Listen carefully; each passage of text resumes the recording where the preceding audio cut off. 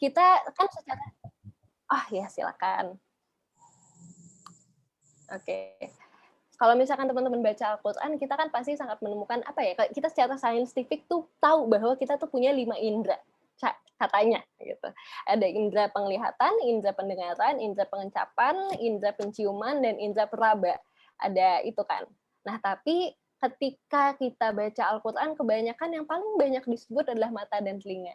Dan itu tuh sangat-sangat berpengaruh. Dan bisa kita bilang ya namanya medsos, Instagram terutama gitu, itu tuh sangat berkaitan dengan mata dan telinga kita. Kita melihat dan kita mendengar hal-hal gitu.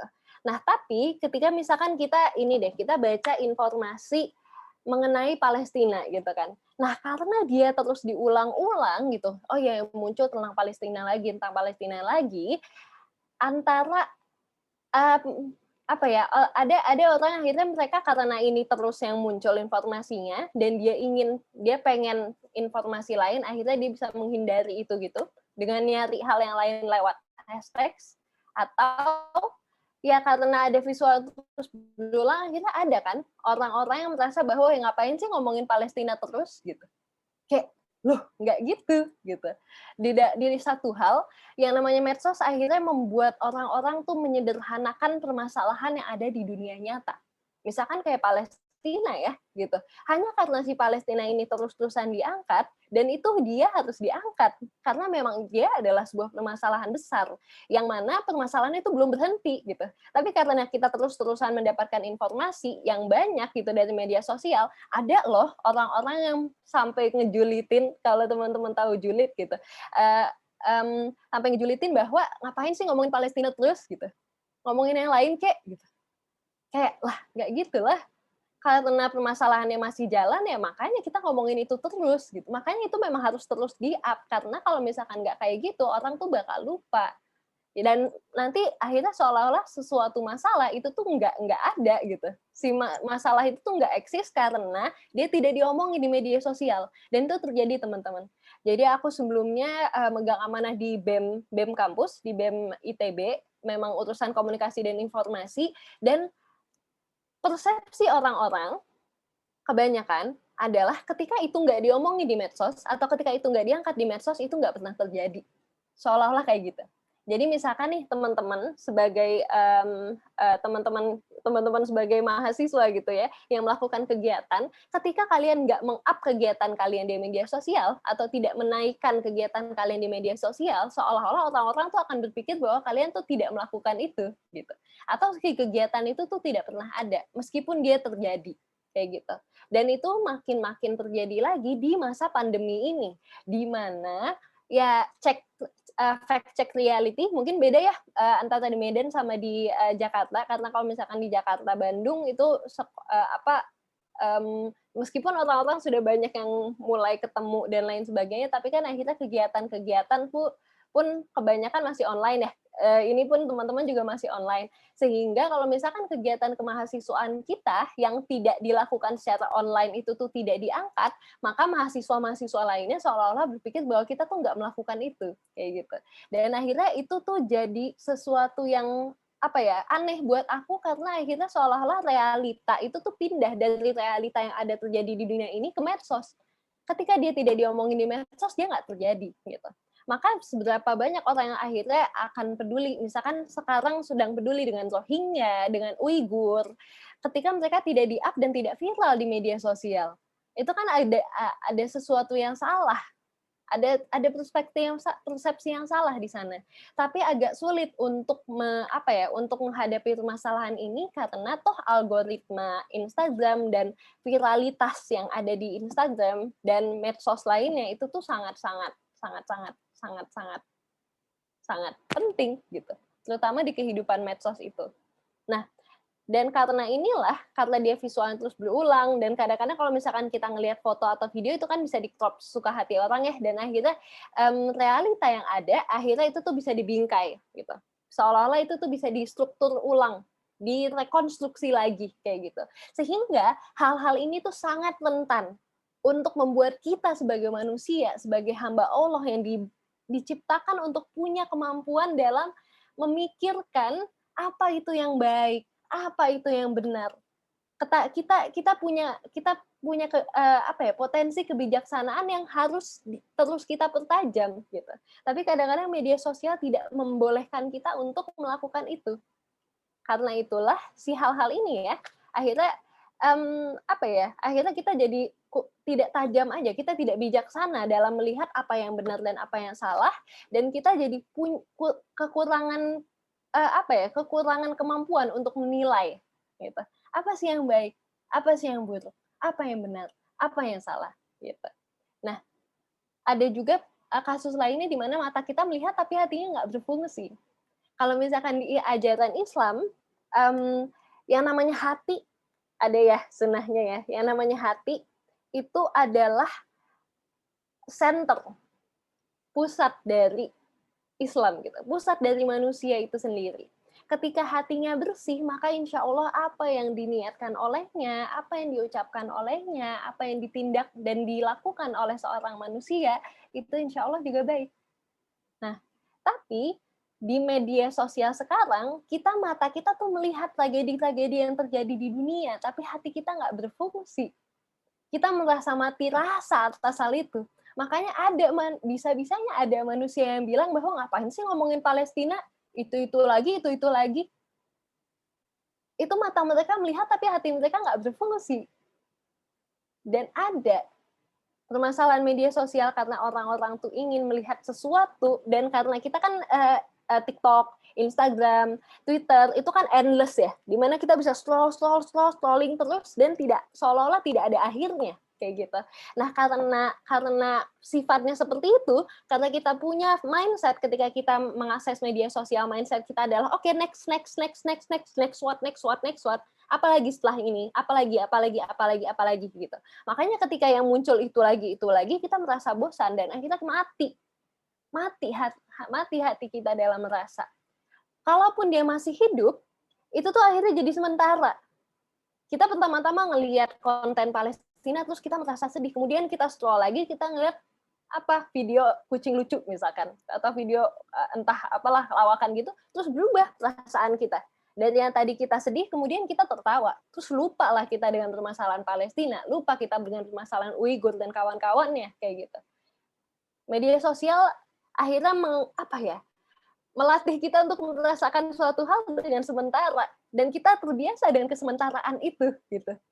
Nah, mungkin hakikatnya kayak gitu kali ya, soalnya emang dunia sementara. Cuma gimana ya?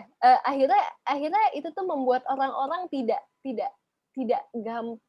gampang untuk berempati tinggi gitu terhadap hal-hal yang memang terjadi secara realitanya di dunia. Kemudian yang kedua, yang pasti teman-teman pada tahu pastilah ya, tentang dia sangat adiktif. Dan waktu tuh sementara, tadi bagus banget ketika doanya tuh mention juga tentang bahwa usia kita tuh sementara ini loh, usia kita tuh terbatas loh teman-teman. Dengan waktu kita yang terbatas itu, maka apa yang ingin kita gunakan, apa yang ingin kita luangkan di dalam waktu kita yang terbatas itu gitu.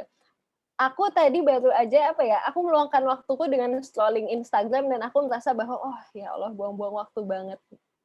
Di waktu yang aku gunakan untuk scrolling Instagram tuh sebenarnya bisa aku gunakan untuk hal lain. Entah aku belajar, entah aku baca Quran, entah aku ngapain kayak silaturahim sama keluarga, entah aku nemenin keponakan dan lain sebagainya. Tentunya bisa lebih membawa manfaat dibanding scrolling Instagram yang sebenarnya aku nggak dapat apa-apa dari sini gitu. Cuma dapat ya kesenangan-kesenangan sementara aja, yang setelah itu ya udah gitu. Setelah itu aku pun paling agak-agak lupa konten apa yang sudah aku baca dan lain sebagainya kayak gitu. Kemudian yang ketiga adalah kita lupa apa yang sesungguhnya berharga. Dengan kita membanding-bandingkan diri, tadi ya ada yang nulis, itu tuh bikin insecure secara tidak produktif dan konstruktif. Kadang-kadang teman-teman membandingkan diri sendiri dengan orang lain itu tuh penting banget. Karena apa? Supaya kita tahu kita tuh ada di mana posisinya, dan sebaiknya kita tuh harus menjadi seperti apa. Kayak gitu. Membandingkan diri dengan Rasulullah agak berat ya, cuma akhirnya kita punya role model gitu. Oke, kita sebagai manusia paling tidak kita harus menuju siapa supaya kita bisa menjadi manusia yang lebih baik kayak gitu. Kita punya arah kayak gitu. Tapi kan kadang-kadang ketika kita mengakses medsos, kita tuh nggak punya objektif, kita nggak punya arah, kita nggak punya tujuan. Kenapa kita melihat konten orang dan membandingkan diri kita dengan orang tuh kita nggak punya tujuannya. Dan karena kita nggak punya tujuan itu, akhirnya jatuhnya jadi, kenapa ya si ini jadi, si ini lebih bagus daripada aku, si ini lebih baik daripada aku, kayak gitu. Dan nggak ada arahnya gitu. Kita tidak mengarahkan perasaan dan kecenderungan kita untuk membanding-bandingkan diri itu ke arah yang produktif dan konstruktif, kayak gitu. Kita bisa loh menjadikan orang tuh sebagai role model kita untuk menjadi lebih baik, tapi dibanding fokus kepada hal itu, kita lebih fokus untuk merendahkan diri kita karena itu lebih mudah. Karena yang namanya merendahkan diri kita, yang namanya menghina diri sendiri itu tuh lebih gampang daripada berusaha untuk menjadi lebih baik. Dan itu memang benar. Oke. Habis itu yang keempat adalah information communication overloaded. Karena kadang-kadang kita ke-overwhelm ya, wah banyak banget informasi, aduh banyak banget di chat sama orang gitu, dan kadang-kadang itu tuh bikin capek. Mungkin bisa kita bilang bahwa pace, kalau ini teorisasi aku aja gitu. Pace dunia kita sekarang yang sangat cepat, yang luar biasa cepat, ini bisa jadi tidak sesuai dengan fitrah kita sebagai manusia. Gitu. Karena kita ada di dalam ini, kita ada di dalam lingkup ruang dan waktu, dan ketika si waktu itu seolah-olah dia bergerak lebih cepat daripada apa yang kita bisa dan kita mampu sebagai manusia, pada akhirnya ya kita lelah di dalam sana kayak gitu. Mungkin dunianya aja yang salah gitu. Sehingga tapi mengubah dunia ini agak susah ya sosialnya dalam hal ya dia membatasi penggunaan HP-nya misalkan hanya 3 jam dalam sehari. Atau misalkan aplikasi medsos di HP-nya dia uninstall, dan aku salah satu orang yang seperti itu. Jadi aku setelah karena memang pekerjaanku di kabinet di BEM kemarin adalah mengurus komunikasi dan informasi, makanya aku pasti tidak mungkin bisa uninstall medsos. Karena itu adalah wilayah kerja aku. Tidak mungkin saya menguninstall medsos karena agak dimarahin ya sama sama orang-orang kalau misalkan hilang gitu. Nah, cuma sekarang berhubung amanah aku sudah selesai, nah jadi aku udah mulai nih uninstall Instagram. Kalau Twitter aku udah lama uninstall, tapi aku tetap ngecek-ngecek dulu tuh, ngecek-ngecek Twitter lewat browser. Nah, sekarang udah nggak aku buka lagi. Terus habis itu Facebook udah aku di-X, segala macam. Itu sebenarnya karena ya merasa kalau buat aku gitu, medsos sudah tidak begitu, medsos yang Instagram, Twitter itu tuh tidak begitu penting lagi buat aku, kayak gitu. Akhirnya yang aku pertahankan adalah WhatsApp, ada Line gitu. Memang jalur komunikasinya lebih private gitu ya, mana adanya si personal chat-nya kayak gitu. Dan itu yang lebih aku sementara kalau misalnya nyari informasi dan tentang hal-hal apa, aku akan cari sendiri misalkan di aku suka kayak gitu misalkan. Memang itu kadang-kadang ini ya jadi rada ketinggalan hal-hal yang viral gitu. Tapi ya aku merasa bahwa hal-hal yang viral itu tuh pasti akan datang juga ke aku lewat obrolan teman-teman kayak gitu. Jadi aku tidak takut untuk missing out. Nah, orang-orang sekarang tuh ada punya kecenderungan itu ya, fear of missing out. Mereka takut ketinggalan sesuatu kayak gitu. Nah, itu tuh harus di-manage juga. Tapi ada juga masalah di mana komunikasi jadi kurang bermakna gitu. Jadi kita berkomunikasi sama orang tapi kok akhirnya jadi nggak ada rasanya gitu. Kita tidak memaknai itu misalkan. Media sosial tuh jadi sangat terkurasi, mungkin teman-teman yang ngerasa insecure tuh ngelihat bahwa kok teman gue dapat prestasinya ini, jadi pembicara di mana segala macam. Itu kan adalah tapi kita lupa bahwa itu adalah konten-konten yang terkurasi gitu. Itu adalah konten-konten yang sudah mereka pilih untuk mereka tampilkan kepada orang-orang gitu. Di balik itu semua pasti ada banyak banget keluhannya, ada banyak banget downs-nya segala macam. Ya orang memilih apa yang mau mereka sampaikan dan apa yang mau mereka tampilkan kepada publik. Atau bahkan itu tuh Instagram ya biasanya. Karena beda platform medsos biasanya beda juga karakter yang kita keluarkan ketika kita ada di platform-platform tersebut. Ketika kita di Twitter, biasanya kita malah nggak mengkurasi hal-hal yang kita post. Kebanyakan teman-teman aku gitu ya, hal-hal yang nggak penting, julitan-julitan, apa segala macam, pemikiran-pemikiran aneh, itu tuh keluarin semua di Twitter. Nah, akhirnya apa ya hal-hal ini Ada baiknya, ada buruknya gitu. Di satu hal mungkin teman-teman butuh curhat dan butuh curhatnya itu tuh butuh pendapat banyak orang gitu. Jadi mungkin, butuh medsos di sana.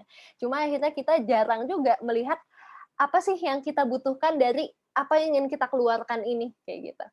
Kemudian yang kelima, ini sudah aku angkat juga tadi, ada kaitannya gitu ya, bisa jadi terpisah dengan alam realita dan dunia nyata, kayak gitu. Ada hal-hal yang nggak penting sebenarnya di medsos untuk dibawa di kehidupan, dan ada hal-hal di kehidupan yang perlu perhatian yang dan jauh sebenarnya lebih fulfilling dibanding medsos. Kadang-kadang tuh aku suka mengkritik orang-orang yang misalkan nih teman-teman mau ngangkat tentang awareness tentang mental health gitu atau mental illness. Akun-akun yang mengangkat tentang mental illness itu tuh udah banyak banget gitu. Sehingga kalau misalkan ada orang yang cerita ke aku mau ngangkat tentang mental illness dan pengen bikin platform, ya aku akan tanya, apa bedanya Kak platform kamu sama platform yang lain gitu. Karena apa ya, itu another thing ya. Maksudnya itu adalah hal lain kayak gitu. Cuma apa ya, ketika kita membuat platform baru dan kita ingin apa ya, kita ingin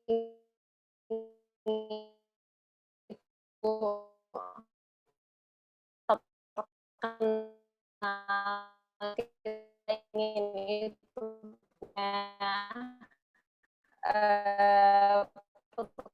perkembangannya dan bikin entah apapun kendala yang dihadapi ketika kita sedang mengembangkan si medsos ini gitu.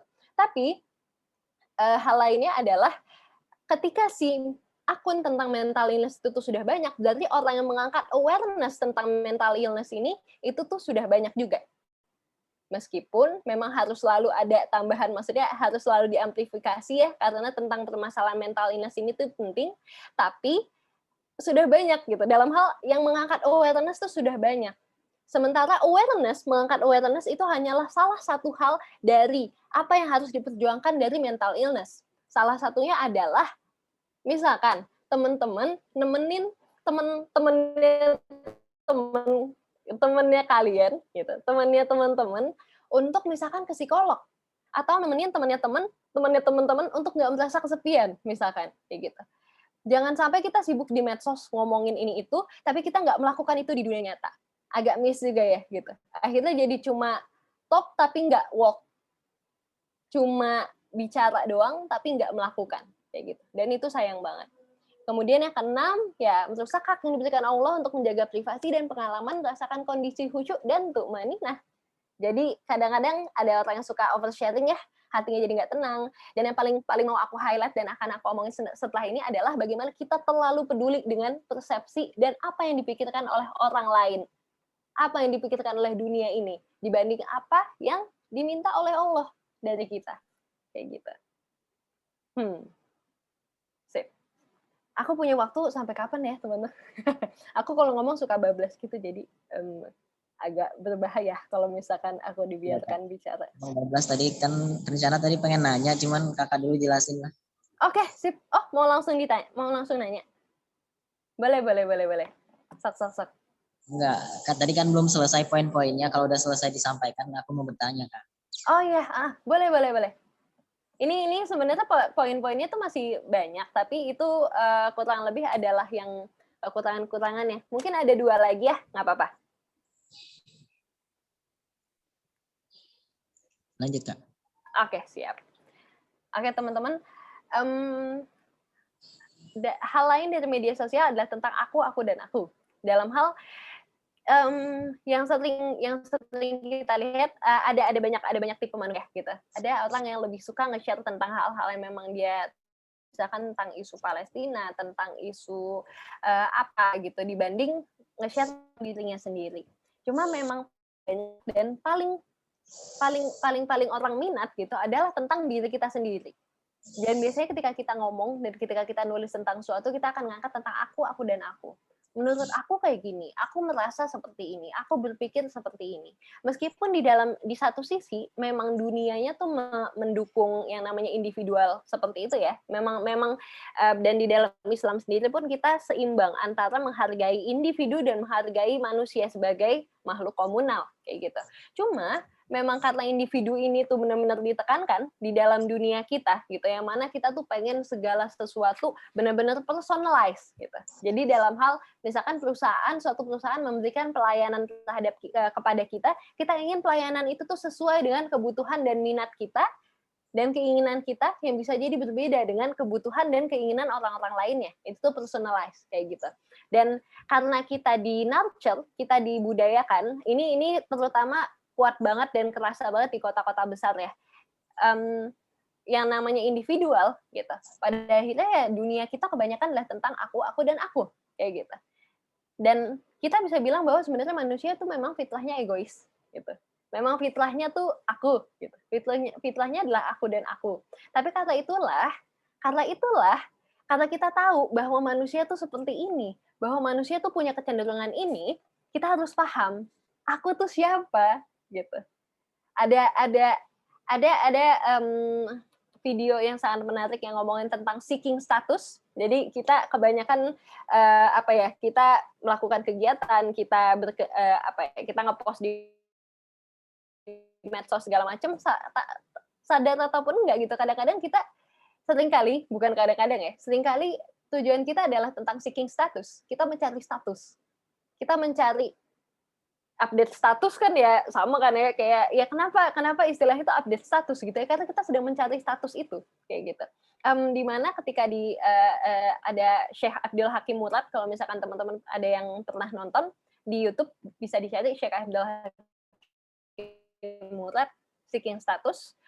Beliau bicara soal ya manusia tuh suka mengangkat tentang keakuan gitu, suka mengangkat tentang self, bahasa Inggrisnya self, tentang diri gitu, tentang diri mereka sendiri, tentang diri orang-orang lainnya, tapi mereka tidak tahu diri itu tuh siapa, diri itu tuh apa gitu loh. Kita tuh siapa sih teman-teman? Sebenarnya yang aku sangat-sangat luar biasa bahagia dan sangat bersyukur menjadi seorang muslim adalah Allah tuh sudah mendefinisikan aku tuh siapa. Ya udah Fik, kamu hamba Allah dan kamu dikirim ke dunia ini adalah untuk menjadi khalifah, untuk mengelola apa yang sudah diciptakan oleh Allah, termasuk mengelola diri kamu sendiri. Misalkan kayak gitu. Nah, karena kita tahu bahwa kita tuh fokus dengan diri-diri ini, maka ada baiknya bahwa kita tuh menggunakan kecenderungan kita justru untuk membawa manfaat bagi diri kita sendiri maupun untuk hal-hal lainnya di luar diri kita. Makanya hal yang harus pertama teman-teman pahami, ini jauh lebih luas daripada medsos, tapi sangat terkait dengan medsos adalah kita paham dulu kita tuh siapa. Dia tuh siapa? Dia tuh dalam arti Allah tuh siapa? Siapa itu Allah? Apa yang disuruh Allah? Apa yang diminta Allah ke kita? Mereka tuh siapa? Orang-orang di luar kita tuh siapa? Kita harus sadar bahwa medsos tuh sangat diverse. Oh jelas. Meskipun algoritma kita tuh mengangkat hal-hal yang memang kita suka aja, tapi banyak diversity, banyak keberagaman di luar sana. Banyak pemikiran-pemikiran yang berbeda dengan kita, yang mana terutama ketika mengangkat dakwah Islam, mengangkat tentang keislaman gitu, orang-orang yang punya pemikiran yang berbeda dari kita akan menanyakan dan akan menantang kita atas hal-hal yang mungkin kita nggak pernah pikirkan kayak gitu. Kita harus paham juga tentang kita, bahwa kita adalah sama-sama manusia gitu, untuk kita bisa lebih paham tentang dunia ini. Jadi kita untuk supaya kita bisa lebih paham tentang dunia ini dan kita bisa lebih bijak bahkan dalam melihat dan menggunakan medsos, ya kita harus memahami hal-hal ini. Dan kita nggak banyak bikin perbandingan yang tidak produktif dan tidak konstruktif seperti tadi. Kayak gitu. Dan kita tuh suka refleks ya, memikirkan reaksi orang. Karena jadi aku ada satu, aku lupa siapa yang ustadz yang menyampaikan tentang ini. Cuma ketika beliau menyampaikan tentang hal ini itu tuh sangat sangat mengena di aku gitu. Jadi aku tuh ketika sholat, aku kadang-kadang suka mikirin tentang orang gitu. Aku nggak khusyuk memikirkan oh ya Allah gitu. Aku sedang berhadapan dengan Allah dan aku sedang berbicara dengan Allah. Aku tidak fokus di sana gitu. Jadi nggak khusyuk. Udah yang dipikirin adalah abis ini aku kerja, abis ini aku ngelakuin ini, abis ini jadi kayak mulutnya sih baca doa gitu ya, cuma kepalanya tuh kemana-mana kayak gitu.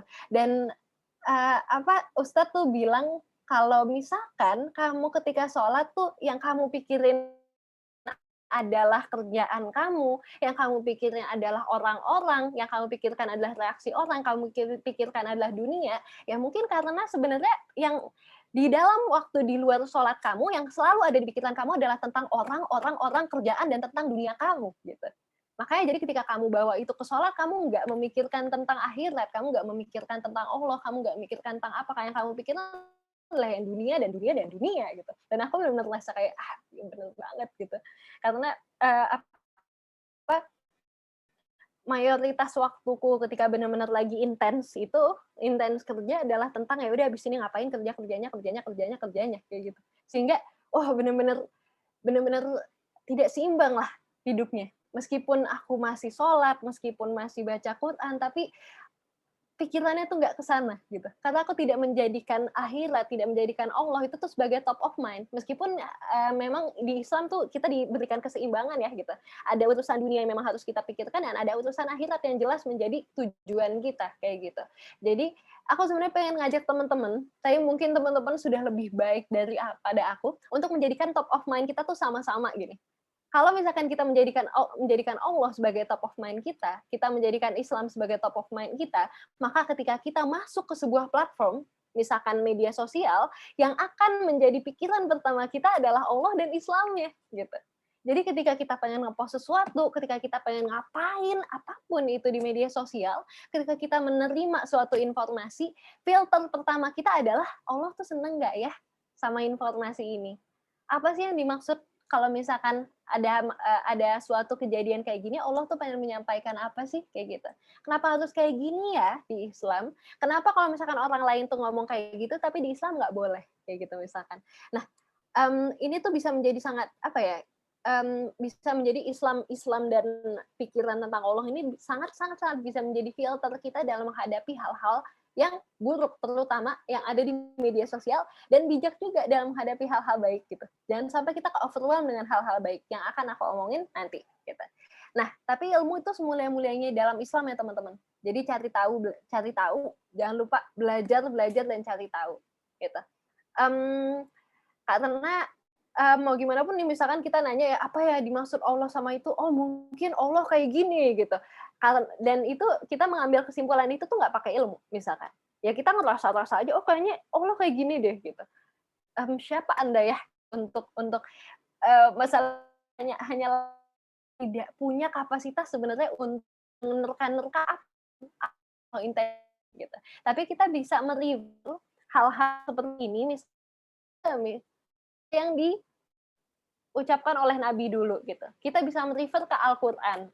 Apa sih yang Allah katakan tentang ini? Kita bisa merefer kepada orang-orang yang lebih punya ilmu mengenai hal ini kayak gitu. Karena bahkan Nabi Muhammad sendiri pun beliau jadi pernah gitu di musim kemarau atau di mana ya. Jadi beliau tuh pernah sedang berjalan, kemudian beliau bertemu dengan sekelompok petani. Kemudian petani-petani itu tuh bilang ditanya sama Rasul sedang apa gitu. Kemudian petani-petani itu bilang bahwa mereka tuh sedang melakukan suatu metode, aku lupa nama metodenya, ke tanaman yang sedang mereka kelola ini kayak gitu. Kemudian Nabi tuh memperlihatkan ketidaksetujuan beliau terhadap hal itu. Beliau merasa bahwa kayaknya metode itu nggak sesuai deh kayak gitu. Kemudian beliau pergi.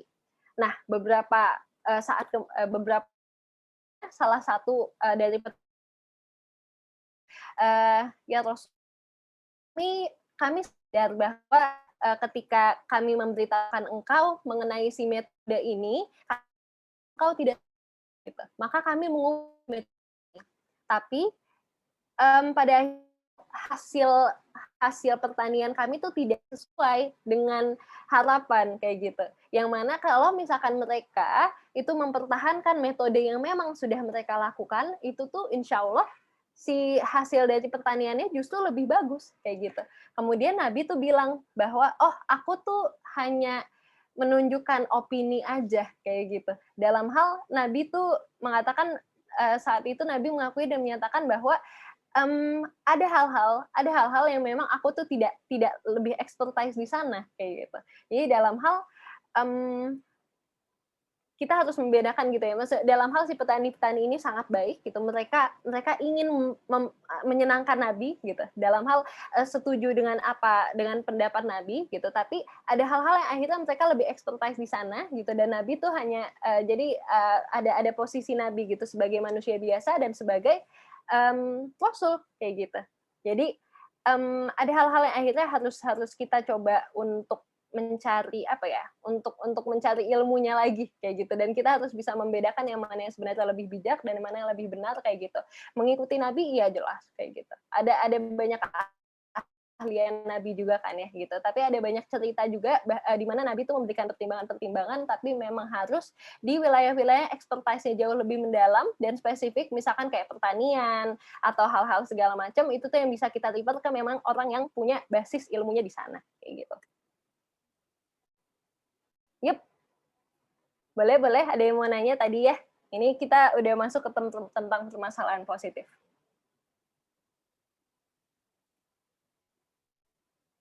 Silakan atau ditanya.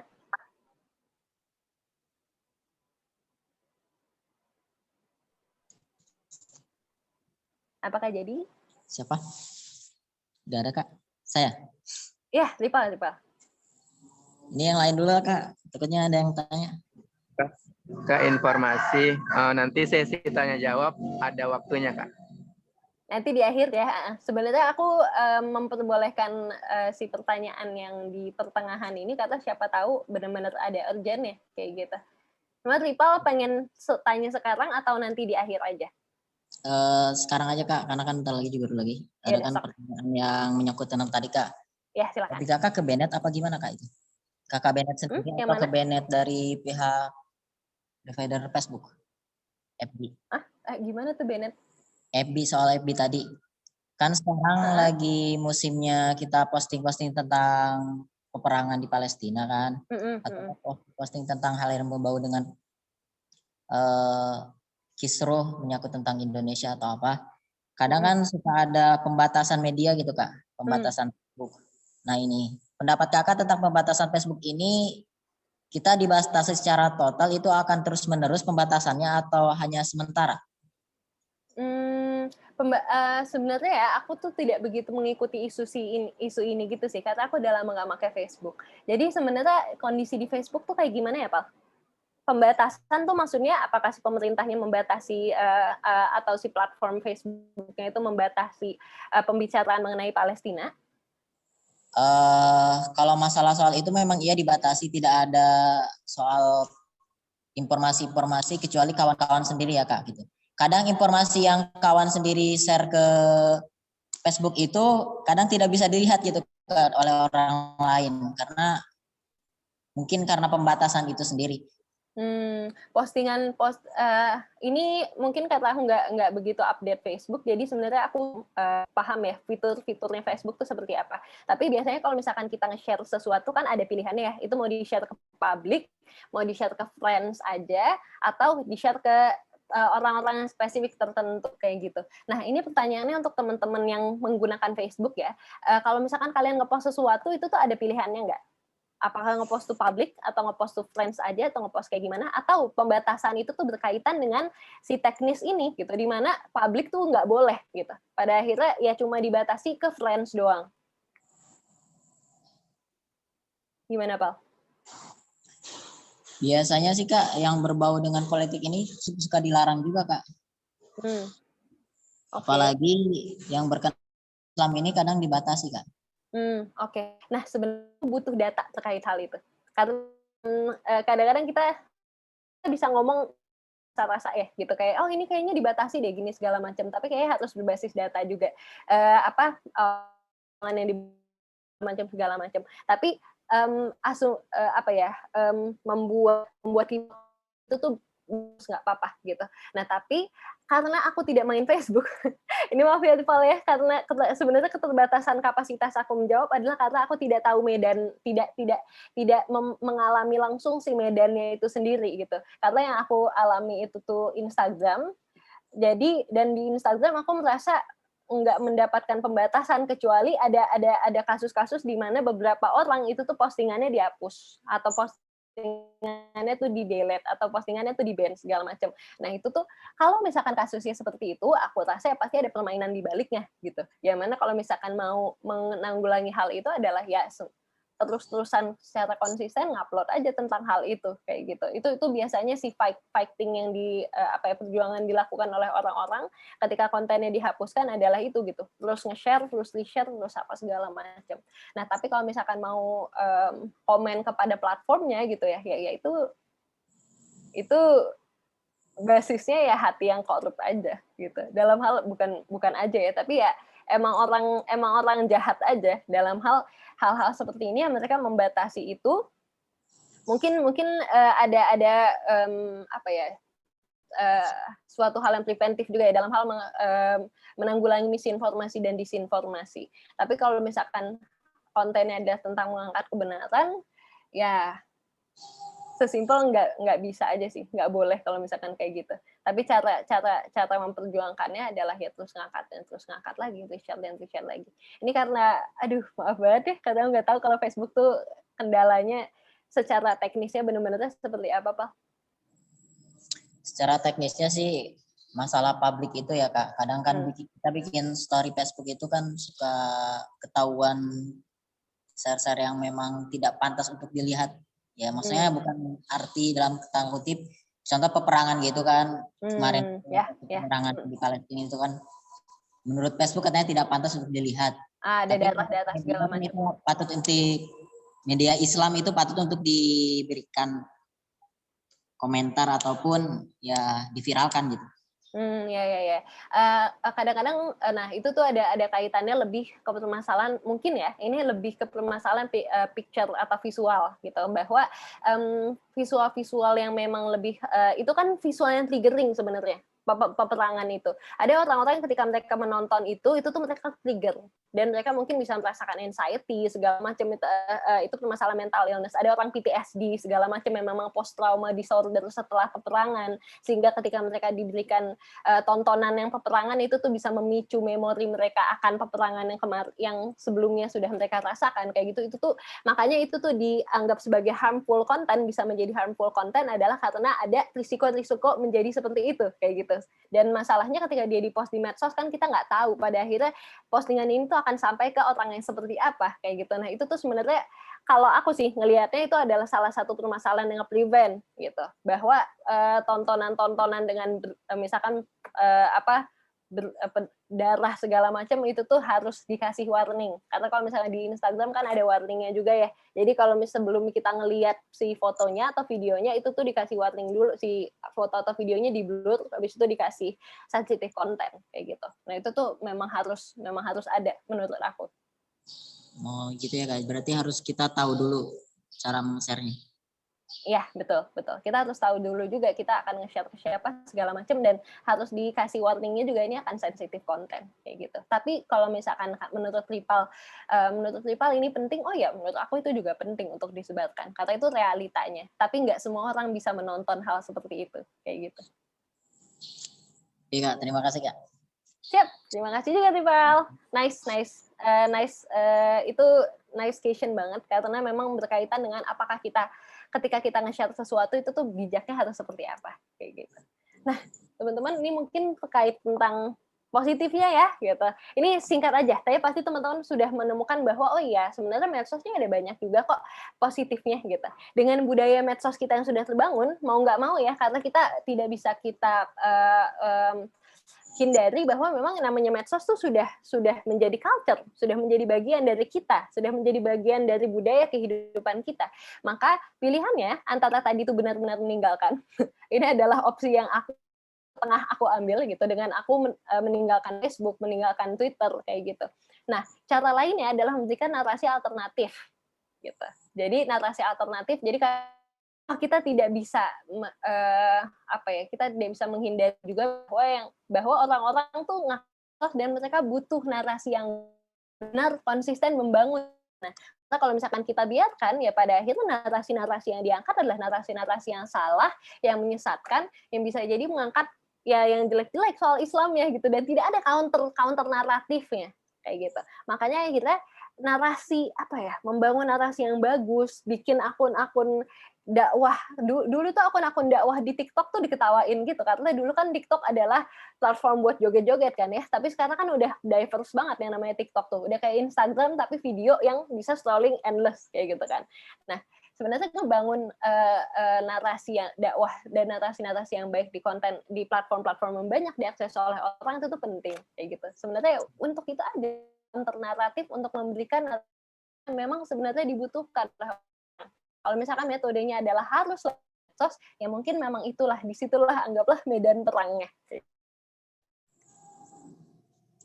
Oke teman-teman, pertama-tama adalah tentang belajar dulu. Jangan lupa kalau misalnya kita pengen bikin konten atau pengen kita nge-post sesuatu, belajar dulu. Ada banyak pemikiran aneh di luar sana dan ada banyak pemikiran yang berbeda di luar sana. Dan ada banyak juga cara-cara untuk menyampaikan kepada orang karena kita tidak bisa karena kita harus mengakui bahwa yang namanya muslim itu kepribadiannya beda-beda juga. Ada muslim yang suka sejarah, tapi ada muslim yang jauh lebih suka kalau misalkan diceritain dengan pengalaman-pengalaman personal gitu. Ada orang yang suka membaca seolah-olah dia ngebaca jurnal gitu. Tapi ada orang yang lebih suka kalau misalkan dia bacanya tulisan yang ringan. Nah, itu lebih ke urusan ini ya, lebih ke urusan strategi marketingnya seperti apa teman-teman. Dan itu mungkin akan kalau itu beda forum kayak gitu. Nah, cuma pada akhirnya ada banyak metode dan banyak cara penyampaian yang bisa dilakukan dan itu tuh harus kita kembali lagi ke permasalahan kita harus kenal diri sendiri dulu. Kita tuh kayak gimana dan kita harus kenal orang-orang juga. Orang-orang tuh kayak gimana kayak gitu. Jadi jangan lupa belajar dan jangan lupa nyari ilmu. Iya, karena ilmu tuh semulia-mulianya dalam Islam ya, kembali lagi. Kemudian, nah tentang online image dan public adulation.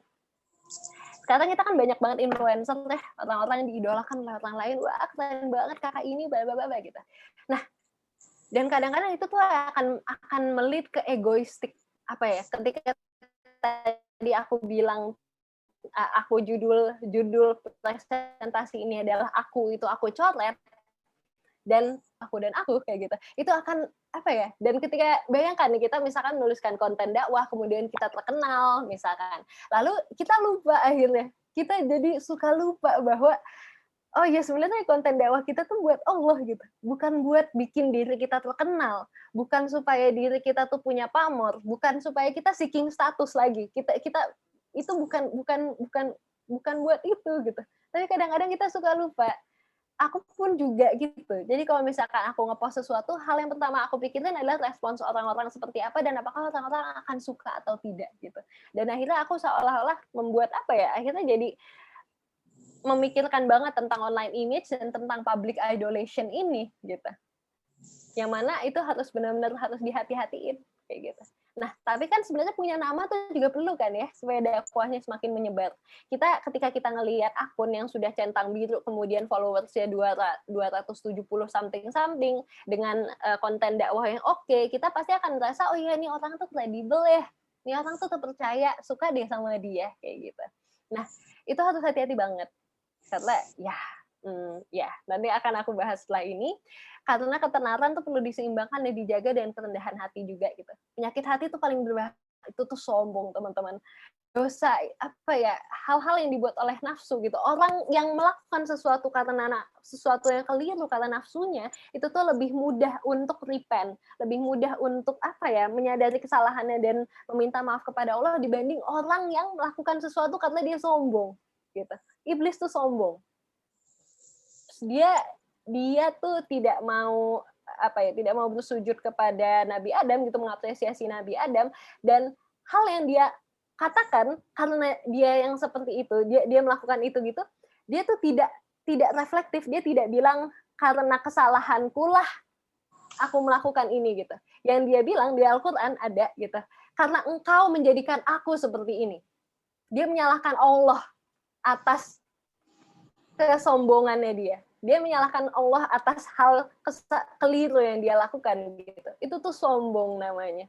Dia tidak mau dilihat dirinya sebagai orang yang salah kayak gitu. Dan itu tuh harus hati-hati banget. Kembali ilmu itu semulia-mulianya dalam Islam. Jadi jangan lupa reflektif teman-teman. Kemudian hal-hal kecil ya, post foto sendiri kan pasti ada ini ya yang apa aduh, apa, terutama untuk uhti-uhti gitu, jangan ngepost foto sendirilah, aku lagi. Nah, ini tentang aku ini lagi ya gitu, karena selamanya tuh kita hidup dengan diri kita sendiri kan ya, jadi wajar ketika kita paling percaya diri untuk bicara sesuatu yang ada iming-iming, aku rasa, menurut aku pikir sih kayak gini, kayak gitu. Dan mungkin itu tuh wajar sekali, misalkan kita lebih punya kepedean dalam menyampaikan keakuan ini untuk kita publikasikan kayak gitu. Nah, makanya kita harus tahu aku tuh siapa, aku tuh bagaimana segala macam untuk kita bisa mengurangi kecenderungan ini kayak gitu. Kemudian aware juga ya teman-teman publis ketika kita pengen ngepublikasiin sesuatu, niatnya apa sih? Kayak gitu. Niatnya kita pengen ngepost ini tuh apa? Apakah kita pengen dipuji sama orang? Apakah kita emang benar-benar pengen kita memang ingin benar-benar mengingatkan orang untuk hal-hal baik gitu? Apa kita emang pengen benar-benar menyampaikan ini untuk Islam itu sendiri kayak gitu? Atau jangan-jangan ini untuk diri kita sendiri gitu? Kalau ada yang lihat dan malah menimbulkan hal-hal yang buruk tuh kayak gimana gitu. Misalkan kayak mungkin teman-teman perempuan di sini mengupload sesuatu yang ada wajah teman-teman gitu. Kemudian itu tuh sebenarnya faedahnya, niatnya gitu adalah ya karena wajah teman-teman yang lihatnya adalah untuk mengapresiasi teman-teman semua gitu. Misalkan kalian mengapresiasi kalian dan ngefoto kalian dengan teman kalian gitu. Sebenarnya ya ada berbagai pendapat lah tentang hal ini kayak gitu. Kalau aku sih punya kecenderungan untuk mengurangi sebisa mungkin mengurangi ngepost foto sendiri terutama gitu. Cuma kita nggak bisa memungkiri bahwa foto yang bahkan buat kita mungkin sama sekali tidak menimbulkan nafsu sama sekali gitu, itu tuh bisa menjadi sesuatu yang menimbulkan nafsu untuk orang lain, dan kita tidak bisa mencegah hal itu kayak gitu. Atau bahkan ada ya orang-orang yang sudah menutupi dirinya sudah dengan modest gitu, sudah dengan dasar ilmu yang baik, dia menutupi tubuhnya gitu, menutupi auratnya, tapi masih ada aja orang yang merasa bisa timbul nafsunya atas orang-orang yang seperti itu. Nah, kita nggak bisa mencegah manusia-manusia yang seperti ini. Tapi yang paling penting adalah niat. Karena kita hanya bisa mengontrol diri kita sendiri, maka yang paling penting adalah dari kitanya gitu. Niat kita tuh apa gitu. Nah, yang terakhir sering kita menggunakan apapun atau di semua hal yang kita lakukan itu tuh jangan lupa dengan kerendahan hati, teman-teman. Kan di biasanya modesty, humility. Yang biasanya modesty itu tuh berkaitan dengan bagaimana cara kita gitu. Tapi aku si haya ini mungkin lebih dekat dengan humility itu sendiri gitu. Dimana kita sadar gitu bahwa kita tuh bukan siapa-siapa. Kita tuh cuma hamba Allah gitu, dan kita hanya khalifah, dan dalam hal kita tuh pengelola ciptaan Allah yang pasti bisa salah tanpa petunjuknya. Makanya kita baca Al-Fatihah terus kita minta petunjuk terus sama Allah. Jangan sampai kita lepas dari petunjuk Allah kayak gitu. Karena kita yang manusia aja. Kita manusia kecil, tapi kita berarti. Kita punya kekuatan untuk menyampaikan hal-hal lewat media sosial. Kita punya kekuatan untuk bilang ke orang-orang, bukan bilang sih ya, untuk kita mengingatkan orang-orang dan mengapresiasi orang-orang. Dan mengapresiasi diri kita sendiri kayak gitu. Bahwa ya kita bukan siapa-siapa, tapi dan Islam ini adalah sesuatu yang benar-benar harus dijaga. Dan adalah sesuatu yang benar-benar mendatangkan ketenangan, mendatangkan kedamaian, segala macam. Fakta bahwa kita mengangkat tentang Palestina, itu tuh kita sedang mengangkat tentang ketidakadilan dan tentang perjuangan menuju kedamaian. Gitu. Karena memang perjuangan ketidakadilan itu tidak diperbolehkan di dalam Islam, dan yang namanya damai itu tuh memang Islam aslama gitu. Tentang mencari kedamaian itu sendiri gitu. Ada value-value di dalam Islam yang kita perjuangkan dari postingan-postingan kita. Seperti apapun bentuknya. Kayak gitu. Jadi karena tadi ya ada kaitannya dengan karena kita banyak memikirkan aku dan aku gitu. Maka karena itu sudah menjadi kecenderungan kita bahwa kita tuh akan kembali lagi kepada aku biasanya lebih prefer untuk aku perbanyak memikirkan orang lain, perbanyak memikirkan hal-hal lain, tapi terutama perbanyak memikirkan Allah gitu. Perbanyak memikirkan Allah karena kita nggak boleh ya cuma fokus ibadah doang, tapi kita lupa dengan orang-orang sekitar kita tuh juga nggak boleh gitu. Jadi aku prefer untuk kayak udah daripada banyak mikirin diri sendiri gitu, kayaknya akan lebih enak untuk lebih banyak mikirin Allah, lebih banyak mikirin orang lain dibanding mikirin diri sendiri. Karena pada akhirnya aku biasanya pasti akan lalu balik ke diri sendiri lagi kayak gitu. Mungkin sebenarnya itu keseimbangannya harus keseimbangannya harus dilakukan gitu. Karena ada juga teman-teman aku yang mungkin lebih memikirkan orang lain sebenarnya daripada dirinya sendiri. Nah, itu tuh juga nggak boleh sebenarnya. Jadi harus punya keseimbangan itu, tapi di atas keseimbangan diri sendiri dan keseimbangan antara memikirkan orang lain adalah tentang Allah di atasnya. Kayak gitu. Nah, ini yang terakhir teman-teman, kalau misalkan teman-teman ngambil jalan dakwah lewat medsos, karena jangan lupa kalau misalkan dakwah tuh banyak banget, bukan cuma lewat medsos doang. Karena kadang-kadang kita kepikirannya itu ya, kalau misalkan kita ingin memperjuangkan sesuatu, kita ingin menjadi aktivis sesuatu, seolah-olah kita tuh harus selalu aktifnya di medsos. Padahal nggak juga. Kita bisa kok langsung turun ke lapangan, misalkan. Kita bisa melakukan penelitian, kita bisa ngapain, bahkan tersenyum aja juga ibadah. Tersenyum buat orang-orang tuh juga ibadah gitu. Itu another thing lah ya gitu. Bahkan ada banyak cerita kenapa orang ingin jadi masuk Islam karena mereka bertemu dengan muslim-muslim yang tidak memaksa mereka masuk Islam, karena di Al-Qur'an juga aturannya tuh kita tidak boleh memaksakan gitu. Mereka bukan masuk Islam karena mereka dipaksa, tapi kehidupan yang tenang, mereka mempunyai karakter yang sangat baik dan mulia, mereka adalah teladan-teladan yang baik gitu. Sehingga orang-orang tuh tertarik untuk menjadi seorang muslim karena mereka melihat bahwa muslim-muslim itu adalah role model mereka gitu. Adalah contoh orang-orang yang mereka tuh ingin menjadi seperti muslim kayak gitu. Sehingga aku berharap teman-teman di sini dan juga aku, ini karena peringatan buat aku banget ya gitu. Semoga kita bisa menjadi muslim yang seperti itu kayak gitu. Kita bukan hanya bicara di medsos, tapi bisa menjadi teladan orang-orang untuk melihat baik Allah. Menjadi muslim adalah suatu hal yang sangat baik kayak gitu.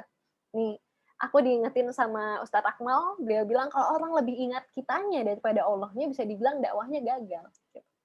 Kembali ya, kita sebagai manusia diingat oleh manusia manusia lain adalah hal yang normal, penting untuk menjadi kredibel, krusial sekali untuk dipercaya karena Nabi pun juga adalah al-amin, tapi kredibilitas dan dipercaya itu harusnya nggak boleh berhenti di kita sendiri. Tapi for the sake of Allah itu sendiri gitu. Dengan baiknya kita sebagai muslim, maka orang-orang insya Allah juga bisa melihat bahwa Islam itu baik. Allah itu baik. Kayak gitu. Oke, teman-teman, sekian dari aku. Agak bablas ya, mohon maaf. Ini sebenarnya aku punya challenge. Ini pengantar dari teman-teman panitia aja sih, tapi agak aku sih teman mencoba gitu. Bagi yang mau aja gitu. Ada 2 topik yang bisa teman-teman pilih. Hal apa yang kalian aku tuh pengen biasanya kita ngangkat basis materi yang sudah disebutkan tadi itu apa yang pengen kalian angkat. Cuma aku pengen sebisa mungkin mengurangi dan kalau bisa nggak ada akunya gitu dalam hal tidak perlu bilang bahwa ini tuh disampaikan oleh Vika atau gimana, maksudnya dalam hal ya lebih penting adalah tentang si apa yang aku sampaikan kayak gitu dibanding siapa akunya kayak gitu. Makanya aku pengen menekankan tentang hal apa sih yang paling kalian syukuri dari Islam dan mungkin bisa kalian kaitkan di tentang permedsosan kayak gitu. Kegiatan yang bisa kalian lakukan apa, ilmu yang kalian bisa dapatin dari Islam apa, tokoh yang terus mengingatkan kalian dengan Allah siapa, segala macam tuh. Dan apa ketertarikan kalian dari kajian Islam dan kenapa gitu. Yang mana ini bisa menjadi bahan kalian untuk berdakwah nanti di medsos. Karena teman-teman di Islam tuh banyak banget ya bidang kajiannya, ada tentang psikologi, sirah, teologi, mungkin ada yang suka filsafat segala macam, itu ada banyak bidang gitu. Sehingga teman-teman kalau misalkan kalian bertanya apa sih yang bisa dipost, apa yang bisa didakwahkan, ada banyak banget sebenarnya. Dan itu bisa berangkat kembali lagi ketika kita paham dan kita kenal sama diri kita sendiri, kita tuh sukanya apa dan kita bisanya apa. Kayak gitu. Oke, sip. Gitu ya, teman-teman. Kalau misalkan ada yang tertarik aja. Nggak tahu sih panitia mewajibkan atau enggak. Ini apakah kalian akan mendapatkan hadiah dari sini, panitia? Ini aku biasanya tidak menormalisasi memberikan hadiah uang gitu untuk kegiatan-kegiatan seperti ini karena udah berangkat dari keikhlasan aja dulu.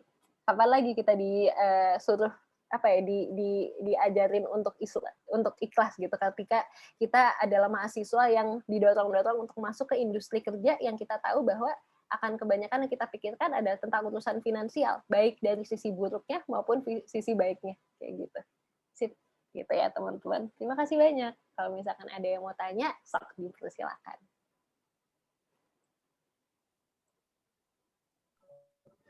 Baik, syukron kasiron kepada Kak Vika Adelia yang telah menyampaikan materi mengenai selamatkan dirimu melalui postinganmu. Masya Allah ya, materinya luar biasa dan bagus sekali untuk kita dalam melakukan kegiatan sehari-hari termasuk dalam media sosial. Nah, saya akan meresum sedikit materi dari Kak Vika Adelia. Yang pertama itu manfaat dari kenapa sih kita itu menggunakan medsos. Yang pertama itu terutama yang paling utama itu untuk berkomunikasi, baik keluarga, teman maupun saudara kita yang jauh dari kita. Yang kedua itu ketemu dengan orang baru, dari for public personal branding, menemukan hal-hal yang baru serta untuk hiburan kita. Dan tak lupa juga kita ada hal negatif dan positif dari medsos ini sendiri. Hal negatifnya yang pertama itu mempengaruhi mata dan telinga kita. Yang kedua adiktif, yang hanya membuang-buang waktu kita saja. Yang ketiga membanding-bandingkan diri kita dengan orang lain, itu juga tidak baik. Misinformasi dan disinformasi kita kepada orang lain di sekitar kita melalui media sosial tersebut. Selanjutnya terpisah dengan alam dan dunia nyata kita. Ketika kita melakukan ketika kita sibuk dengan medsos kita itu bisa juga lupa dengan dunia nyata kita. Itu juga tidak baik bagi diri kita sendiri. Selanjutnya merusak hak yang diberikan oleh Allah Subhanahu wa taala. Hati kita juga tidak tenang. Ada juga hal positif dari media sosial ini sendiri, yaitu media sosial ini merupakan ladang strategis dan penting untuk berdakwah dan belajar. Kita sebagai muslim gunakanlah media sosial ini untuk berdakwah serta belajar serta menemukan hal-hal yang baru di sekitar kita. Konten bisa menjadi lingkaran kebaikan. Kita bisa menyebarkan kebaikan-kebaikan dan kebenaran fakta dari media sosial ini sendiri. Selanjutnya cerita dan pengalaman pribadi, ketertarikan dalam bidang Islam, bersyukur, apresiasi, dan mengucapkan terima kasih. Baik, itu saja resume dari saya. Selanjutnya apabila teman-teman sekalian ada yang ingin bertanya atau menyampaikan hal-hal yang masih bingung, dipersilakan untuk mengaktifkan fitur raise hand atau mengetik kata saya di kolom komen, dan bisa juga mengetikkan pertanyaan di kolom komentar Zoom ini. Nina, kepada teman-teman yang ingin bertanya dipersilakan. Ada yang udah dijawab tuh, Nina Nafsia. Di kolom chat udah ada yang bertanya. Saya ingin bertanya, Kak. Ya, boleh, Nut. Tapi jawab Nina dulu nggak apa-apa ya? Boleh, Kak. Ya, terima kasih. Langsung dijawab aja tuh. Iya, Kak. Langsung aja. Assalamualaikum warahmatullahi wabarakatuh. Ada yang bilang kalau postingannya dengan aslinya beda ya. Jadi ini biasanya permasalahan, image-nya kalau misalnya di medsos kayak gini, tapi realitanya kayak gitu. Ada dua sisi ya. Kadang-kadang tuh ada orang yang medsosnya tuh biasa aja gitu. Yang kayak ya gitu. Maksudnya dalam hal personal branding tuh nggak banyak hal yang bisa ditemukan dari medsosnya, tapi orangnya di dunia nyata tuh keren banget. Orang hebat banget gitu. Wah, ketika ngobrol sama dia, ketika misalnya kita baca postingannya dia, secara caption itu mungkin nggak memberikan kita informasi apa-apa gitu, ataupun suatu yang hal insightful. Tapi ketika kita ngobrol langsung sama orangnya, wah insightful banget nih orang kayak gitu. Ada orang-orang yang seperti itu. Dan aku rasa itu menjadi pilihan seseorang sih, antara dia mau membangun medsosnya atau dia membangun medsosnya sesuai dengan dirinya yang sebenar-benarnya di dunia nyata atau enggak kayak gitu. Karena kalau buat aku mungkin boleh kita bikin secara hierarkis ya gitu. Jadi yang namanya profil kita di dunia nyata itu tuh lebih dulu ada dibanding profil kita di medsos kayak gitu. Sehingga kalau misalkan ada orang yang lebih luar biasa di dunia nyata dibanding medsos, aku merasa ya itu memang sudah harusnya seperti itu kayak gitu. Karena tapi ada ya orang yang ngebangun karakternya di dunia medsos yang mungkin lebih kelihatan jauh lebih baik dibanding di dunia nyatanya. Nah, ketika kita ngomongin postingan dan aslinya beda, itu tuh kita harus menggunakan sebuah indikator lain dibanding hanya berbeda kayak gitu. Karena kalau misalkan beda, oh ya mungkin ketika seseorang itu menuliskan sesuatu di medsos, dia tuh menuliskan sesuatu yang mungkin dia nggak pernah ngobrolin sama kita kayak gitu. Mungkin ada ya teman yang misalkan di kontennya tuh dia nulis concern dia tentang psikologi, tapi pas kita kalau misalnya kita kenal di dunia nyata tuh orangnya agak pemalu gitu. Orangnya nggak begitu banyak ngobrol, nggak begitu banyak ngomong. Nah, itu tuh bukan sesuatu yang jelek. Karena ada orang yang jauh lebih bisa mengungkapkan apa yang dia pikirkan lewat tulisan, kayak gitu. Nah, itu tuh hal lainnya, kayak gitu. Ada orang yang memang nggak bisa begitu bicara secara terstruktur, tapi dia bisa menulis dengan baik. Nah, itu tuh hal lain lagi kayak gitu. Jadi ketika kita melihat bahwa ada postingan dan aslinya tuh beda, jangan suuzon dulu gitu. Jangan-jangan emang nih orang kita nggak begitu kenal sama orang ini di dunia nyata, sehingga ketika dia ngepost sesuatu di medsos yang berbeda dengan yang ada di dunia nyatanya, jangan-jangan karena kita kurang pengetahuan tentang orang itu. Bukan karena orang itu tuh sengaja membangun image tertentu yang membuat dirinya seolah-olah menjadi lebih baik daripada aslinya. Nggak boleh, kita nggak boleh seuzon kayak gitu. Nah, tapi kalau misalkan memang kita sudah kenal banget gitu dan benar-benar beda, nah agak gimana ya? Pertama-tama tuh ada banyak pilihan kan untuk bereaksi atas hal ini gitu. Terutama ya sudah didiamkan saja gitu. Atau misalkan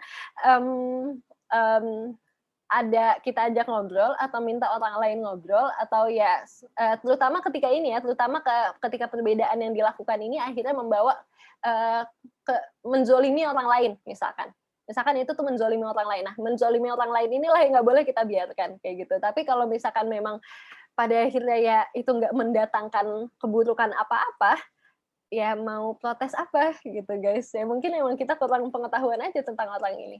Nah, tapi berkaitan dengan pertanyaannya Nina, bagaimana kita mengupayakan agar kita tidak menyenangi diri sendiri di sosmed ketimbang kehidupan nyatanya. Banyak-banyak aktivitas di dunia nyata. Pada akhirnya medsos itu ada ya, maksudnya ada dunia yang bisa jadi dunia yang berbeda ketika kita yang kita komunikasikan di dunia nyata gitu. Kalau karena aku kebanyakan berkomunikasi dengan orang di medsos itu adalah orang-orang yang aku kenal di dunia nyata. Nah, itu akhirnya ya dua-duanya sama, berjalan dengan seimbang gitu. Aku tidak begitu condong untuk menyenangi yang ada di medsos karena di dunia nyata pun orang-orang ada di medsos adalah orang-orang yang aku kenal di dunia nyata kayak gitu. Sehingga ya itu don't mind gitu. Nah, beda lagi ketika orang-orang yang kita kenal di medsos itu tuh adalah orang-orang yang nggak kita kenal di dunia nyata atau kita nggak pernah kenal. Nah, itu tuh mungkin bisa menjadi salah satu yang menjerumuskan kita lebih nyaman dengan yang ada di medsos karena mungkin orang-orang di dunia nyata tidak sebaik yang ada di medsos, bisa jadi kayak gitu. Dan bagaimana mengupayakan agar kita tidak menyenangi diri sendiri di sosmed? Menurut aku sih sibuk memperbaiki diri sendiri di kehidupan nyata juga ya gitu. Jadi kalau misalkan di medsos kan lebih ke ini ya, kita bisa menjadi diri sendiri tapi kadang-kadang kita terjatuh ke permasalahan membentuk citra diri gitu, membentuk citra diri kita. Nah, dibanding fokus membentuk citra diri itu, mendingan fokus membentuk perbaikan diri aja gitu. Jadi bukan di medsosnya. Jadi nggak penting ada medsos atau enggak, yang penting diri sendiri tuh jadi lebih baik kayak gitu. Jadi anggaplah cara untuk mengaplikasikannya adalah kalau misalkan medsos tuh nggak ada, maka hal apa yang harus aku lakukan untuk menjadi lebih baik kayak gitu. Jadi menjadi lebih baik tuh bukan permasalahan ada medsos atau enggak kayak gitu. Tapi ya itu adalah permasalahan yang nggak ada kaitannya dengan medsos atau apapun kayak gitu. Memang kita harus selalu menjadi manusia yang lebih baik.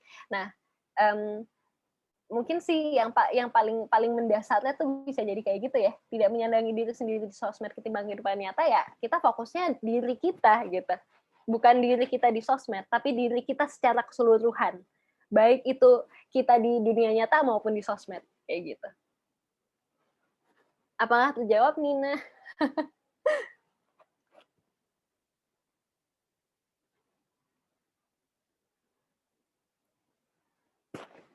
Jazakillah khairan.